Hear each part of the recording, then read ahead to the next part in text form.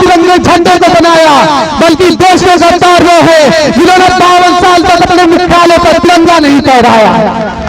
देश के गद्दार वो नहीं, देश के गद्दार वो नहीं जिन्होंने अंग्रेजों के खिलाफ जिहाद का फतवा दिया, बल्कि देश के गद्दार वो है जिन्होंने कभी अंग्रेजों के खिलाफ जंग में हिस्सा ही नहीं लिया।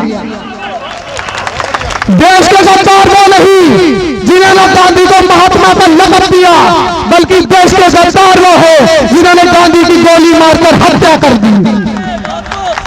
देश के गद्दार वो नहीं, देश के गद्दार वो अशफाकुल्लाह खां नहीं जैसी फैजाबाद की सरजमीन पर हंसते हंसते फांसी के फंदे को चूम करके अपने गले में डाल लेते हैं और शहीद हो जाते हैं, बल्कि देश के गद्दार वो है जिन्होंने एक नहीं 600 मरतबा अपनी जान बचाने के लिए अंग्रेजों को माफीनामे लिखे, उनके तलवे चाटे।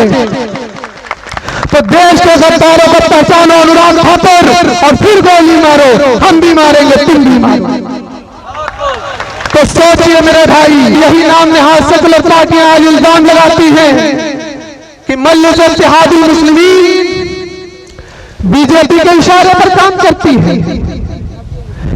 मजलिस इत्तेहादुल मुस्लिमीन और बैरिस्टर असदुद्दीन ओवैसी बीजेपी के एजेंट हैं।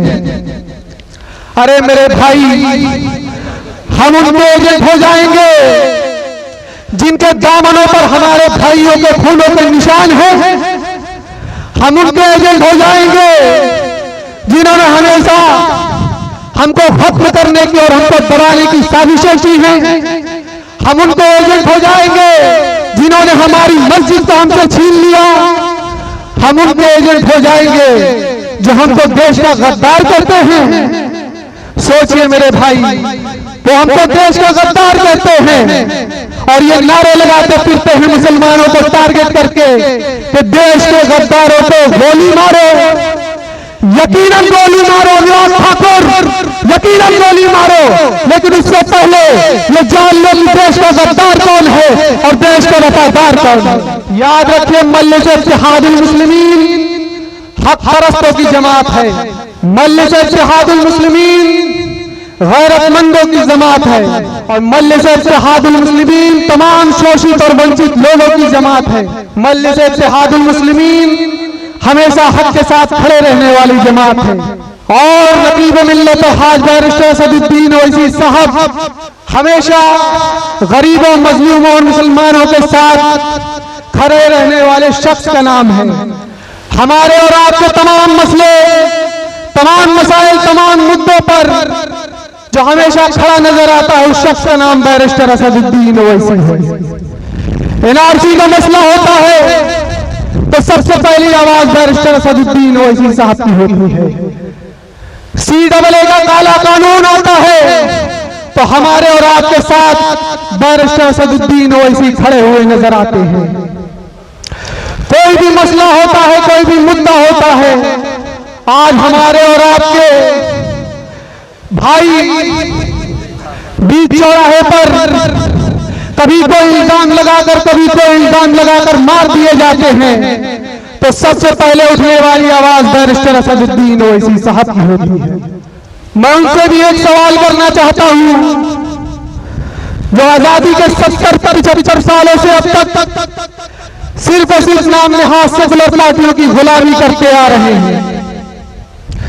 सोचिए जरा मेरे भाई कि आपने आजादी के बाद से अब तक जिन नाम नहाज सेकुलर पार्टियों का साथ दिया, चाहे वो सपा हो, बसपा हो या कांग्रेस हो, उन्होंने आपके लिए क्या किया? आपने उनको वोट दे करके विधायक बना दिया, आपने उनको वोट दे करके सांसद बना दिया, आपने उनको वोट दे करके मुख्यमंत्री और प्रधानमंत्री बना दिया। लेकिन उन्होंने आपके साथ क्या किया? वो आपका वोट तो लेते हैं लेकिन सरकार में आपको हिस्सेदारी नहीं देते। वो आपका वोट तो लेते हैं लेकिन सरकारी नौकरियों में आपको हिस्सा नहीं देते। वो आपका वोट तो लेते हैं लेकिन आपसे इंसाफ नहीं करते। कब तक इन नाम नहाज सेकुलर पार्टियों की गुलामी करेंगे? कब तक आप इनके पीछे नारे लगाएंगे? कब तक आप इनकी जय जयकार करेंगे? कब तक आप दरी बिछाएंगे? याद रखिए, कि मजलिस इत्तेहादुल मुस्लिमीन आपकी अपनी जमात है। मजलिस इत्तेहादुल मुस्लिमीन हर उस गरीब मजलूम बेसहारा की जमात है जिसको कभी उसका हक नहीं दिया गया, उसके हक से उसको महरूम रखा गया। मेरे भाई, मैं एक बात आपसे कहना चाहता हूं, जो हिंदुस्तान की तल्ख हकीकत भी है और हमारे ही पार्टी के एक बड़े नेता मोहम्मद सलमान साहब से मैंने ये बात सुनी, मैं आप तक पहुंचा देना चाहता हूं कि जिसका अपना दल नहीं उसके मसले हल नहीं, और जिसका अपना नेता नहीं उसका काम होता नहीं।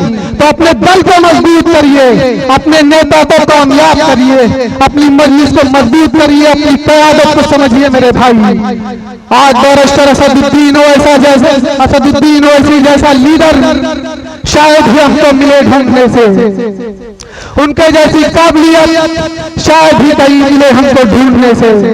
तो मेरे भाई, अपनी जमात को पहचानिए, और ये जो लोग नारे लगाते हैं देश के गद्दारों को और हमसे मुल्क की मोहब्बत का सबूत मांगते हैं और हमको देश का गद्दार कहते हैं, मैं आप तमाम की जानिब से और ऑल इंडिया मजलिस इत्तेहादुल मुस्लिमीन की जानिब से एक शेर के जरिए उन तक ये बात पहुंचा देना चाहता हूं कि हम प्यार अपने मुल्क से जाली नहीं करते, हम प्यार अपने मुल्क से जाली नहीं करते, पुरखों की विरासत कभी खाली नहीं करते, और छाती पर चढ़ के बोलना आदत है हमारी।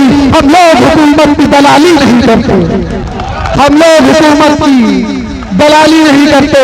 तो झुके न जो बातिल के आगे, वो जात है ऐसी जिंदाबाद, झुके न जो बातिल के आगे, वो जात है ऐसी जिंदाबाद, मेरा कायद मेरा रहबर असद ऐसी जिंदाबाद।